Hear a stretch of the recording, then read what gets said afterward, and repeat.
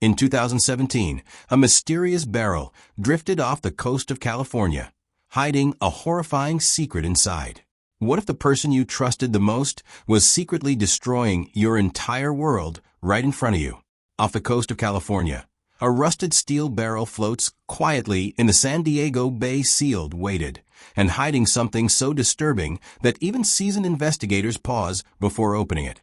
When authorities recovered the steel drum from San Diego Bay, they noticed heavy cinder blocks attached to it, clearly intended to keep it submerged beneath the water. But for some reason, the barrel had resurfaced.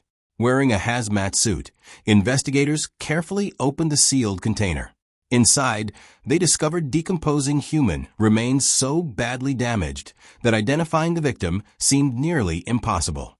Just 2 weeks earlier, only 5 miles from where the barrel was found, a woman named Alicia Villegas had contacted police in desperation after her younger brother, Omar Medina, suddenly vanished. Alicia searched everywhere for him, calling friends, knocking on doors, and repeatedly begging authorities for help. But no one seemed willing to take the case seriously. When officers visited Omar's residence, his landlord guided them through the property. Strangely, every trace of Omar's belongings had disappeared. The apartment looked abandoned, as though no one had ever lived there at all. Police claimed there wasn't enough evidence to officially investigate the disappearance, while the landlord insisted he hadn't seen Omar in weeks. But the landlord was lying. Without Alicia's relentless determination, the truth behind Omar Medina's disappearance might never have been uncovered. Refusing to give up on her little brother, she continued digging for answers, unaware that the terrifying reality was hiding in plain sight the entire time. The story began in 2017 in San Diego Bay. A marine worker was out on the water during an ordinary shift when something unusual caught his attention, floating in the distance. As he approached, he realized it was a large gray metal barrel. Steel cables had been drilled into its base, connected to heavy cinder blocks designed to drag it underwater. Yet somehow, the drum remained near the surface. Concerned that it could pose a danger to nearby boats, the worker contacted the San Diego Harbor Police Department. At that moment, he had no idea the barrel concealed evidence of a horrifying crime. Meanwhile, just miles away, Alicia Villegas was desperately searching for her missing brother. For more than 2 weeks, she had exhausted every possible lead. Omar wasn't just her sibling. He was the baby of the family, deeply loved and protected by his older sister since childhood. "We grew up in a single-parent home," Alicia later recalled. "I was the oldest, then my middle brother, and Omar was the baby. She's been like a second mother to me. She's always been there through every high and low, and she's truly incredible." Alicia and Omar weren't just siblings, they were best friends. When Alicia started a family of her own, Omar naturally became a devoted uncle to her children. Their bond was strong, and their family was deeply connected. Omar and I talked constantly, multiple times a day. We always knew where the other was, and if we didn't, we'd check in right away. But on September 30th, 2017, everything changed. After spending the day with friends, Alicia returned home expecting to find Omar at their mother's house. They had plans to see each other later that evening. But when she walked through the door, her younger brother was nowhere to be found. I remember thinking, okay, where is he? So I sent him a message. Then I saw on Messenger that he had received it. I thought, all right, his phone is on. He saw my message. He'll get back to me later. But he never did. On October 12, 2017, just 5 miles from where Alicia and Omar lived, Harbor Police in San Diego responded to reports of a suspicious barrel floating in San Diego Bay. When officers pulled the barrel from the water, something immediately stood out. Several cinder blocks had been attached to the bottom. Whoever disposed of it clearly never wanted it to resurface. Wearing a hazmat suit, an officer carefully began to open the container. The moment he lifted the lid, his expression changed instantly. Inside was a partially decomposed body, and the horrifying truth behind the body in the barrel would prove to be even more disturbing than anyone could have imagined. But before we continue, we'd like to thank today's sponsor, Incogni, for supporting our mission of sharing powerful survivor stories.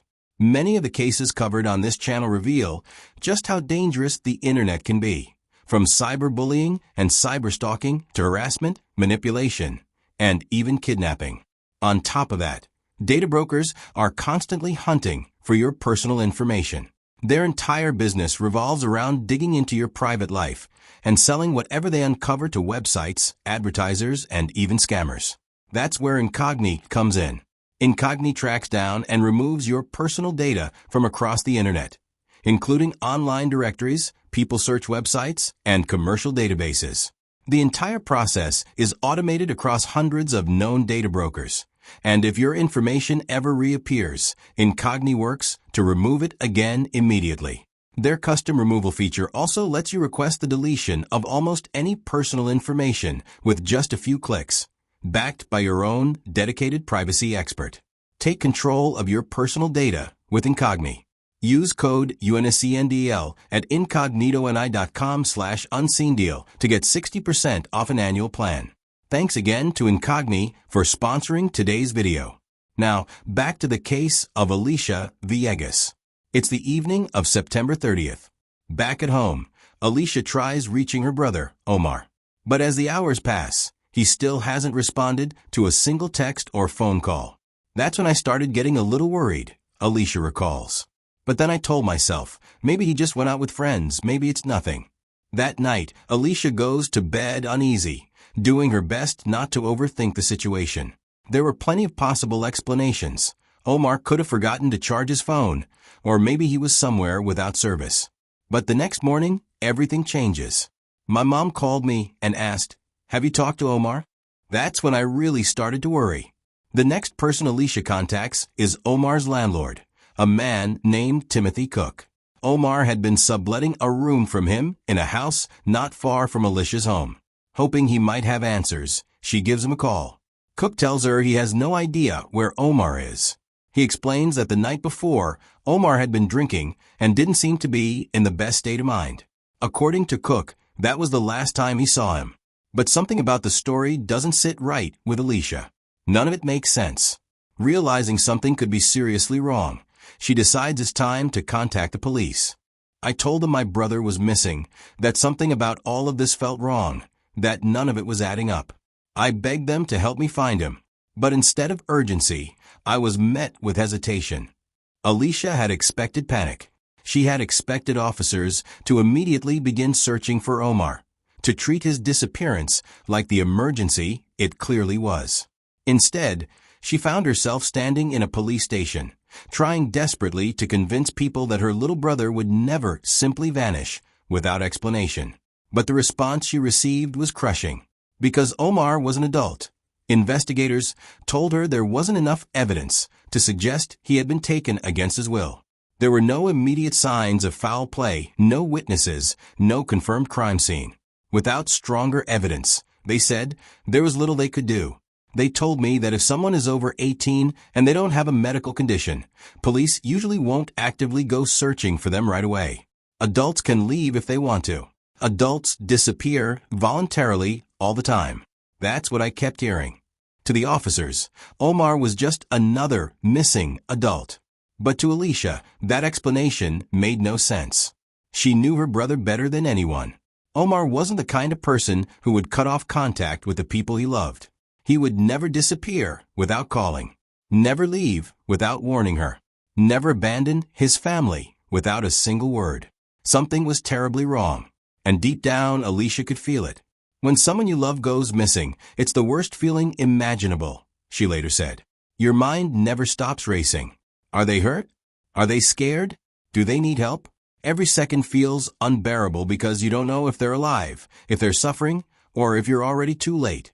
With no immediate support from law enforcement, Alicia realized she would have to begin the search herself. And time was slipping away. She started calling every place she could think of, refusing to sit still while questions piled up around her. Hospitals, local jails, shelters, friends, family members, anyone who might have seen Omar or heard from him recently. But every conversation ended the same way. Nothing. No sightings. No calls. No clues. It was as if Omar had simply vanished into thin air. Desperate for answers, Alicia tried another approach. She requested access to Omar's phone records, hoping they might reveal where he had gone or who he had spoken to before disappearing.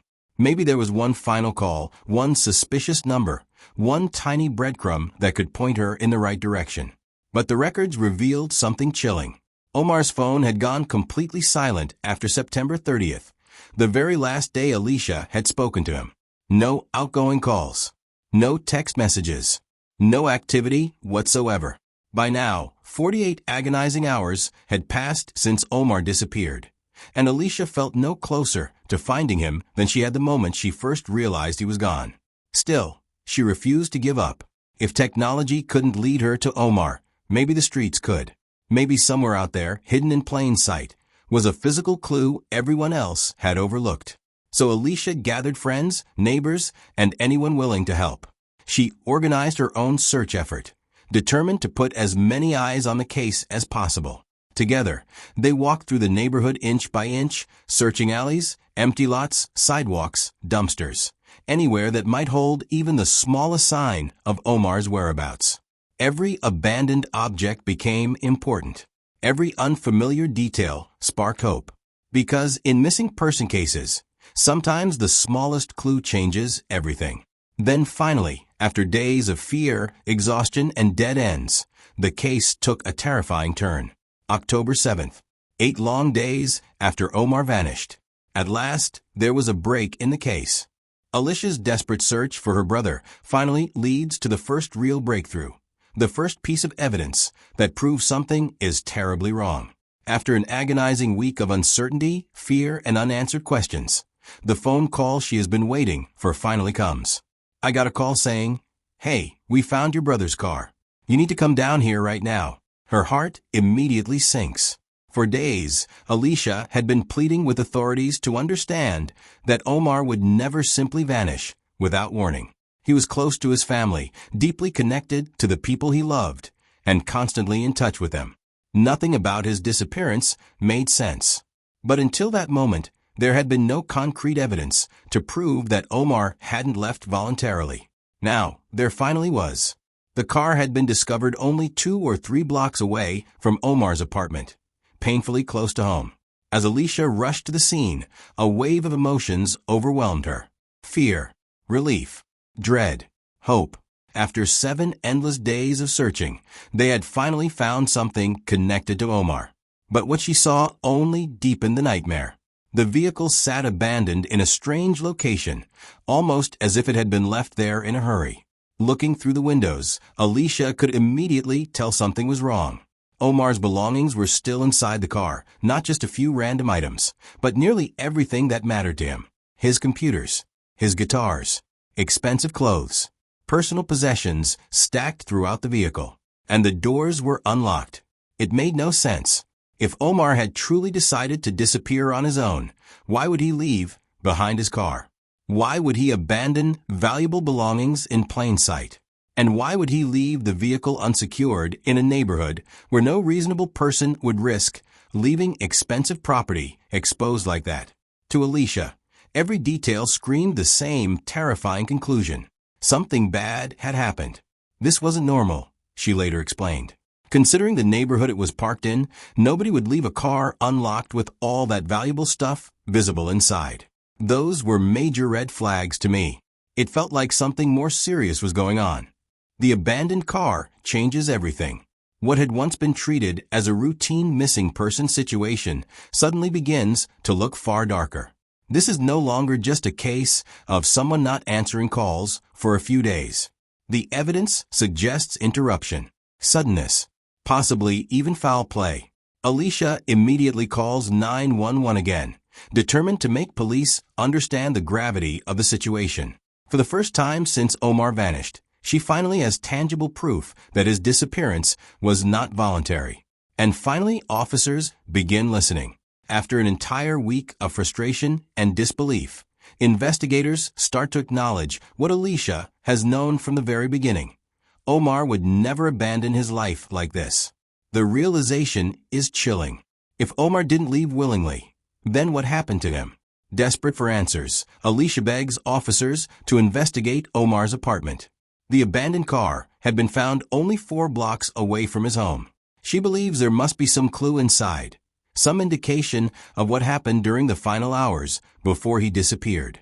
I asked the officer if she could please go to the house, Alicia recalls, just to see if there was anything there that could explain what happened to him. Police finally agree. Officers from the Chula Vista Police Department make their way to the residence and approach the front door. Every second feels heavier than the last. Alicia waits anxiously, hoping this search might uncover the truth she has been fighting so hard to expose. Then the door opens. Standing there is Omar's landlord, Tim Cook. I asked him if he had seen Omar. Tim looked at me calmly and said he hadn't seen him in 6 or 7 days. The answer hit hard. Something about the way he said it felt distant, almost too casual for someone who lived on the same property. The officers then asked Tim Cook if they could step inside the residence and take a look at the room where Omar had been staying. To their surprise, he didn't hesitate. He appeared cooperative, even friendly, and invited everyone onto the property without resistance. As we walked farther in, I asked where Omar's room was located. Tim pointed toward the back of the property and said, "Out back." At first, I assumed he meant a regular room behind the main house. But as we continued walking, I realized he was talking about an entirely separate structure, a small house hidden in the backyard. The moment we approached it, an uneasy feeling settled over everyone. The little unit where Omar had supposedly been living no longer looked like a place someone called home. It looked destroyed. Inside, the walls had been stripped down to the wooden studs. Drywall was missing. The flooring had been ripped apart. Debris and broken materials were scattered everywhere. Sections of carpet appeared to have been freshly torn up, exposing the surface underneath. In one area, there seemed to be water pooled on the ground, as if someone had recently tried to clean something. It didn't look abandoned. It looked erased. Standing there, Alicia and the officers were overwhelmed with questions. There were no clothes, no furniture, no personal belongings, no photographs, no signs of daily life, nothing to suggest Omar had ever lived there at all. It was as if someone had intentionally wiped the room clean. The entire scene felt deeply unsettling. At first glance, investigators could still entertain the possibility that Omar had chosen to leave voluntarily. After all, his car had been found nearby with many of his belongings still inside. Maybe he packed up what mattered most, drove away, and disappeared on his own terms. But that theory immediately raised another terrifying question.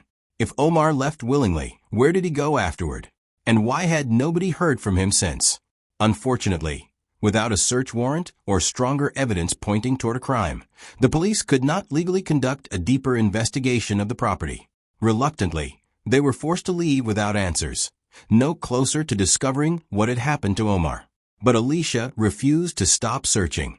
Determined to uncover anything the police might have missed, she began carefully going through every item recovered from Omar's car. She searched through papers, loose items, and receipts, hoping even the smallest detail might reveal where her brother had gone. Then she found something important. Several receipts. One was from a nearby pharmacy. Another was from a fast food restaurant. Both were dated September 30th, the exact night Omar disappeared. To Alicia, those receipts were more than scraps of paper. They were a timeline, proof that Omar had been alive and moving through familiar places just hours before he vanished. She immediately brought the receipts to investigators. I took them to the police station, Alicia later recalled, and I told the detective, "These are the last places my brother went. You can get the surveillance footage from there." This time, the lead was too important to ignore. Using the receipts, investigators tracked down security camera footage from the businesses Omar had visited that night. Slowly, piece by piece, his final known movements began to come into focus. The cameras showed Omar walking through store aisles, calmly browsing and purchasing a few items. In another clip, he stopped to buy food at a nearby fast food restaurant. Nothing about his behavior suggested panic or fear. He looked normal, relaxed, completely unaware that these moments would become the final recorded images of him alive. What made the discovery even more chilling was the location of that final stop. It was only around the corner from his home. And, after that, Omar seemingly vanished into thin air. Omar doesn't appear frightened. He isn't running from anyone, and no one seems to be following him. In the surveillance footage, he looks calm and composed, moving through his day as if everything is perfectly normal. There's no panic in his body language, no sign of urgency, no indication that danger is closing in around him. To anyone watching, it would seem like an ordinary evening in the life of an ordinary man. But that normalcy vanishes without warning. Later that same night, after Omar returns home, his phone suddenly goes offline. From that moment on, it never reconnects again. No calls, no messages, no location pings. Complete silence. Investigators soon discover that his cell phone is also the only item missing from his abandoned car, as if someone intentionally made sure the device could never reveal where he went or who he was with. According to Omar's landlord, September 30th was supposedly the day he packed all of his belongings into his car and left the property for good. But that explanation immediately raises troubling questions. If Omar truly intended to disappear voluntarily, why was his vehicle discovered only a few blocks away from where he lived? And why was there absolutely no trace of him afterward? Inside the car, many of his personal belongings remained behind, untouched. It didn't look like the clean break of someone starting a new life. Instead, it looked incomplete, interrupted, almost as if Omar vanished before he could ever reach his destination. Then the digital silence begins to paint an even darker picture. After September 30th, Omar seemingly ceases to exist. There are no bank transactions, no ATM withdrawals, no purchases, no social media activity, no phone records, nothing. Every trace of movement stops cold. For Alicia, the silence is unbearable. She knows her brother. She knows his habits, his routines, the way he stayed connected to the people he loved. A man doesn't simply abandon his life, his family, and everyone who cares about him without leaving behind a single clue. To her, something is terribly wrong. And the questions continue to grow heavier with each passing day. Where did Omar go? And more frighteningly, where is he now? Meanwhile, hundreds of miles away off the coast of California, a horrifying discovery is unfolding in San Diego Bay. An investigative team, alongside forensic specialists, begins carefully examining a suspicious barrel that has been recovered from the water. Harbor Patrol officers slowly pry open the lid, uncertain of what they might find inside. The moment the container opens, the atmosphere changes instantly. Investigators spot a brown blanket tightly wrapped around something concealed within the barrel. Then, protruding from beneath the fabric, they see it, a human hand. At that moment, any uncertainty disappears. This is no longer a missing persons inquiry. It is now a homicide investigation. After evidence is collected from the scene, the remains are transported to the medical examiner's office for an autopsy. But the condition of the body presents immediate challenges. Weeks in the ocean have accelerated decomposition, while the salt water has washed away valuable forensic evidence that investigators desperately need. Identifying the victim will not be easy. Still, one horrifying detail becomes immediately apparent. The victim suffered extreme violence before death. Forensic examiners count approximately 66 stab wounds scattered across the face, neck, and back. The sheer brutality shocks even experienced investigators. This was not a random act of violence or a quick killing committed in panic. Whoever committed this murder attacked with relentless fury.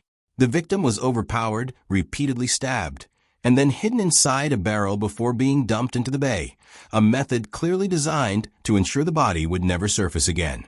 Investigators quickly realized the killer went to extraordinary lengths to erase this person from existence. Whoever did this believed the ocean would keep their secret forever. Either the body would never be found, or it would become too damaged to identify. But then, amid the devastation left behind by the water and the decomposition, detectives notice one small detail that changes the entire course of the investigation. On the victim's ankle is a tattoo. Small, simple, but still visible. And suddenly, investigators have something they can work with. Detectives begin combing through missing persons reports from across the region, contacting worried families one by one. During each conversation, they ask the same chilling question. Did your loved one have a tattoo on their ankle? Then came the phone call Alicia had prayed she would never receive, the kind of call that splits a life into two parts, before and after. The moment the officer spoke, the air around her seemed to collapse. Her heart already knew the answer before the words fully left their mouths. They asked her one final question about the tattoo found on the body recovered from the barrel.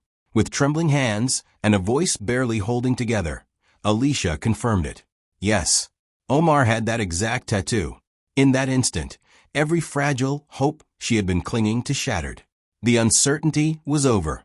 The waiting was over. The desperate belief that maybe Omar would walk through the door again, smiling like nothing had happened, was gone forever. The case was officially ruled a homicide. Omar Medina, her little brother, her best friend, the person who filled every room with warmth and laughter, had been murdered. The grief that tore through the family was beyond words. It was raw, violent, and suffocating. Alicia would later say that nothing could prepare a person for the sound of a mother learning her child is gone forever. I don't know if you've ever heard the cry of a mother when her son has been taken, Alicia said through tears. It is the worst cry you will ever hear. It's a sound that breaks your soul. Their home became consumed by heartbreak. Every corner held memories of Omar, his voice, his laughter, the dreams he used to talk about so excitedly. He had wanted a future. He had wanted a wife, children, a family of his own. He talked about it often, imagining the life he still had ahead of him. And Alicia imagined it too. I used to tell him, I can't wait to be an aunt to your kids, she recalled. I can't wait to spoil them and love them and watch you become a dad. Now, all of those dreams had been stolen. There would be no wedding photos, no birthday parties, no future children running through the house calling Alicia their aunt. Every possibility Omar once carried inside him had been buried alongside him. As hard as Alicia tried to stay strong for her mother, the grief followed her everywhere. In front of her family, she forced herself to hold together the pieces. But when she was alone, the pain overwhelmed her completely. In my private moments, I would just break down, she admitted. I would cry and sob until I couldn't breathe. The desperation hits you all at once, the realization that you're never going to see them again. If I think about it too hard, I feel like I'll go crazy. The loss devastated not only Omar's family, but the entire community around them. Friends, neighbors, and loved ones struggled to understand how someone so young, kind, and full of life could meet such a horrific end. Fear spread quickly because one terrifying fact remained. Whoever killed Omar was still out there, free, walking the streets, while Omar's family mourned. For Alicia and her family, grief quickly turned into determination. They needed answers. They needed justice. And most of all, they needed the police to find the person responsible before another family suffered the same nightmare. Investigators now faced the enormous task of reconstructing Omar's final days. With so many unanswered questions, detectives realized they would have to work backward from the grim discovery in the bay. We really had to work backwards and figure out what happened to Omar, one investigator explained. The first critical clue was the barrel itself and the location where it had been discovered. Detectives needed to understand exactly how Omar's body ended up floating in the waters of the bay. Their investigation began with what seemed like the most logical starting point: surveillance footage. The marina area surrounding the bay was monitored by numerous security cameras operated by the Port of San Diego Harbor Authority. Detectives hoped those cameras had captured something, anything, that could reveal who transported the barrel into the water. Investigators spent countless hours reviewing surveillance footage from the days leading up to October 12th, the day the barrel was discovered. Frame after frame played across their screens. Most of it was routine marina activity, boats docking, cars passing, fishermen coming and going. But then, buried within the footage from the night of November 11th, something unusual suddenly caught their attention. On a camera overlooking the jetty near the Chula Vista Marina, investigators spotted what appeared to be a dark-colored Ford F-150 slowly moving through the area late at night. Attached behind it was a small boat, something modest, the kind someone might use for a casual day out on a lake. At first glance, the scene seemed ordinary, but detectives couldn't shake the feeling that this vehicle might be connected to Omar's murder. And as they watched the footage more carefully, they realized this truck and boat might become the first real lead in uncovering who dumped the barrel into the bay and who was responsible for killing Omar Medina. Those were freshwater boats, built for calm lakes and inland rivers, where the water stays relatively predictable. They were never designed to battle the rough, unforgiving conditions of the saltwater Pacific Ocean. The vessel looked painfully out of place the moment it entered the harbor, almost fragile against the dark, rolling waves. To experienced investigators, one thing became immediately obvious. That boat had no business being in waters like those. The marina's security camera captured every unsettling moment. In the grainy footage, a green pickup truck slowly reverses down the launch ramp toward the water's edge. The trailer dips beneath the surface as the small fishing boat is carefully lowered into the harbor. A figure climbs aboard while another remains near the truck, appearing to watch closely. Within moments, the engine sputters to life, and the boat begins moving away from the dock. The camera follows as it glides past the jetty and out into the bay. At that distance, details become difficult to distinguish. The footage is blurred and shadowed by the night, but investigators can still make out the outline of the vessel as it heads deeper into the harbor before eventually vanishing into the darkness beyond the camera's reach. Then comes the part that changes everything. Less than an hour later, the same boat returns. For detectives, that immediately raises alarms. A normal fishing trip would last several hours, especially in waters that dangerous. No one launches a boat into the Pacific for less than 60 minutes, unless there is another purpose entirely. And as investigators replay the footage frame by frame, they notice something deeply disturbing. The boat no longer sits the same way in the water. Earlier footage shows the vessel riding unusually low, weighed down heavily as it left the marina. But upon its return, the hull is noticeably higher above the surface, lighter and more buoyant. Even through the poor video quality, the difference is undeniable. Investigators quickly come to a chilling conclusion.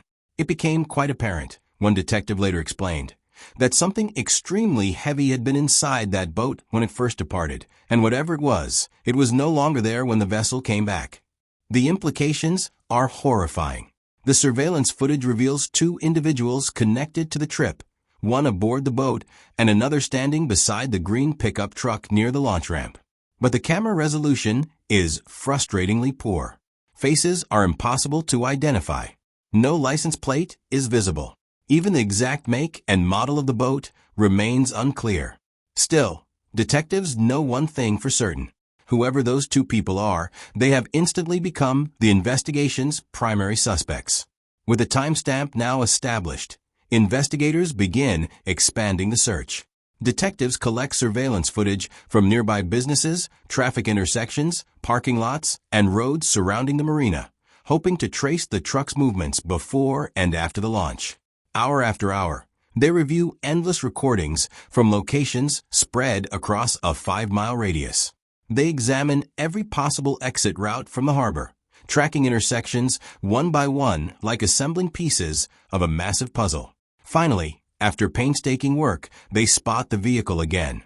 The green pickup truck appears on another security camera, now traveling away from the harbor after merging onto the highway. The boat is still attached to the trailer behind it. Investigators continue following the route. Then another breakthrough emerges. A gas station security camera captures the same green truck towing the boat, but this time the image is significantly clearer. Under the bright station lights, detectives can finally distinguish more specific details about the vehicle, details that could potentially lead them directly to its owner. For the first time since the investigation began, the mystery no longer feels impossible to solve. The driver steps out of a truck and circles around the front before heading into the entrance of a nearby convenience store. As he walks inside, his outfit becomes clearly visible. He's wearing knee-length shorts, a maroon-colored shirt, and a green cap pulled low over his head. He approaches the cash register and completes a small purchase, appearing completely ordinary at first glance. But as investigators later review the surveillance footage more closely, something unexpected catches their attention. Zooming in on the video, they notice a distinctive tattoo on the back of the man's lower leg. It stands out immediately, not because it's unusual on its own, but because it looks familiar. 2 weeks earlier, investigators had already been inside Omar's residence, speaking with his landlord, Timothy Cook. During that visit, body camera footage from responding officers captured Cook moving through the home, and in one moment, his leg tattoo was clearly visible. The placement, shape, and design matched the tattoo seen in the gas station footage exactly.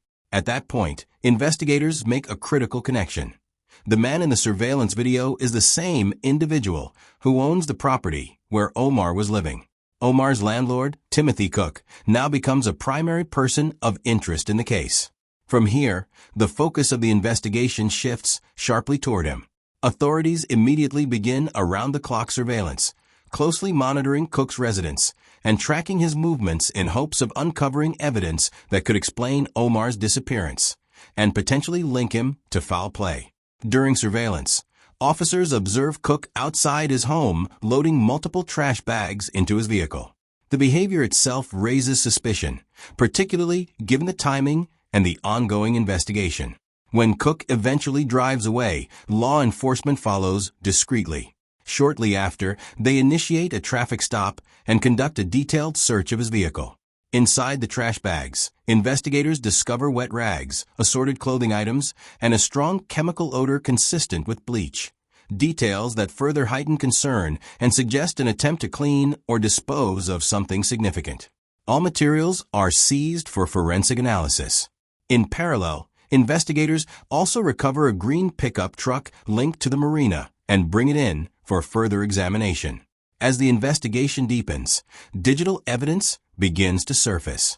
A search of Cook's computer reveals access to Omar's sensitive personal information, including banking details and his social security number. This discovery introduces a potential financial motive behind the case. Further background checks add another troubling layer. Cook had previously served 17 years in state prison for attempted murder and had only recently been released.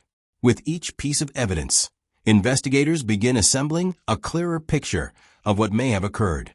Eventually, Omar's sister, Alicia, is informed of the findings and the developing theory surrounding her brother's fate. According to the reconstruction of events, Omar had returned home on the night of September 30th.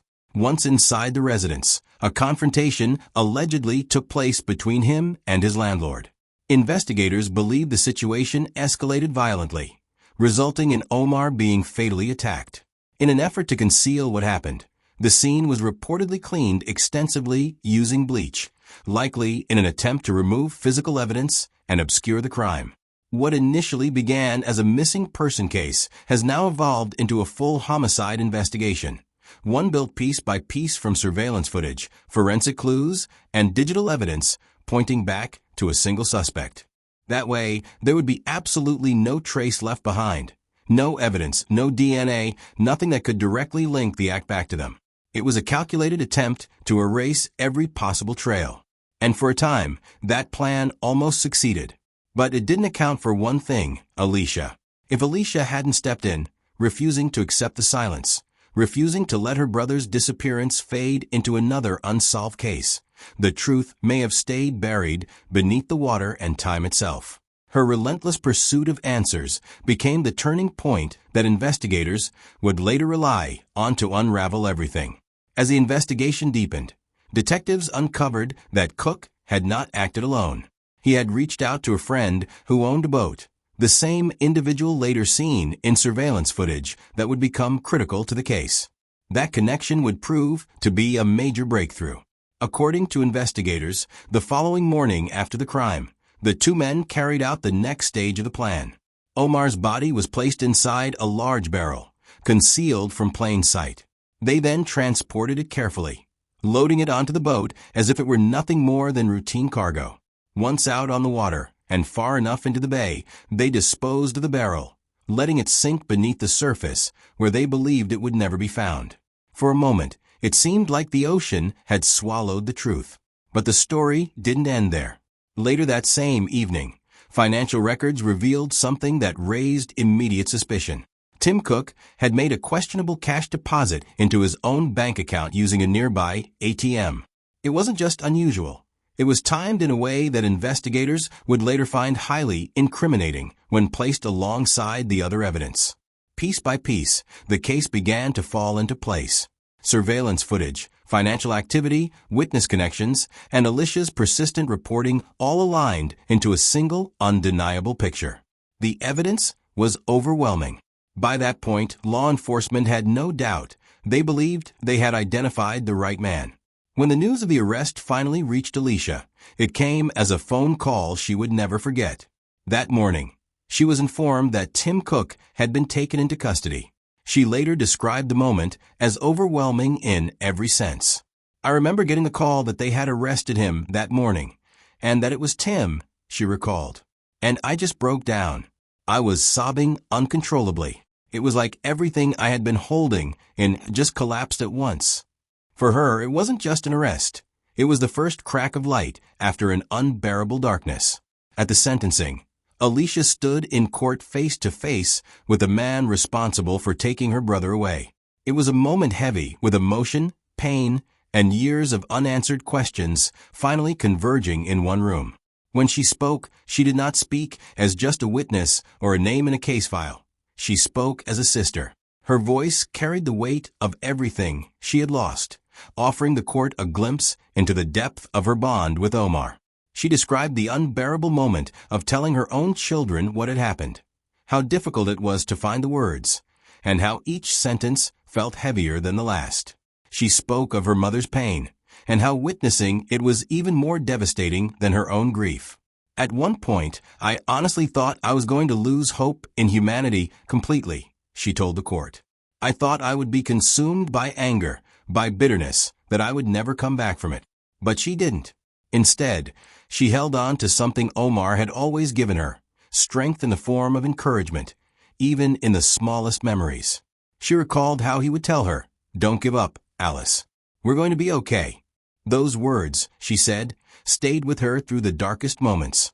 Even when everything felt unbearable, they gave her something to hold on to, a reminder that hope still existed, even when it felt distant.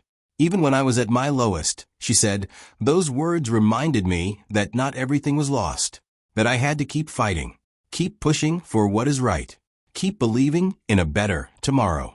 Ultimately, Cook was convicted of second-degree murder and sentenced to 56 years to life in state prison. With that ruling, the court delivered its judgment, ensuring that he would spend the remainder of his life behind bars. Justice had finally been served, but it had not come easily. Throughout the entire process, it was Alicia's determination that became the driving force behind the case. Her refusal to accept silence, her insistence that her brother's disappearance mattered, and her willingness to keep pushing when others hesitated all played a critical role in bringing the truth to light. As one investigator later acknowledged, her involvement was not just supportive, it was foundational. She helped spark the early direction of the investigation and kept it alive when it risked fading away. In the end, Omar's life was tragically cut short. But his story did not end there. Through his family, through Alicia, his memory continues to endure. Her journey stands as a powerful reminder that even in the face of devastating loss and overwhelming uncertainty, persistence can still uncover truth. Even when no one fully believed her at the start, she never stopped searching. She never stopped speaking. And she never stopped fighting for justice and for her brother. Omar's story is not just about murder. It is about what happens when truth is ignored and one person refuses to stop searching anyway. Because sometimes, justice doesn't come from power. It comes from persistence, from love that refuses to fade, from someone who says, "I will not stop until I know the truth." Truth doesn't always arrive quickly, but when someone refuses to stop searching for it, even the darkest secrets eventually rise to the surface. If this story proves anything, it's this. Silence can hide a crime, but persistence exposes it. And sometimes, the most powerful force in a broken system is a single person who refuses to give up.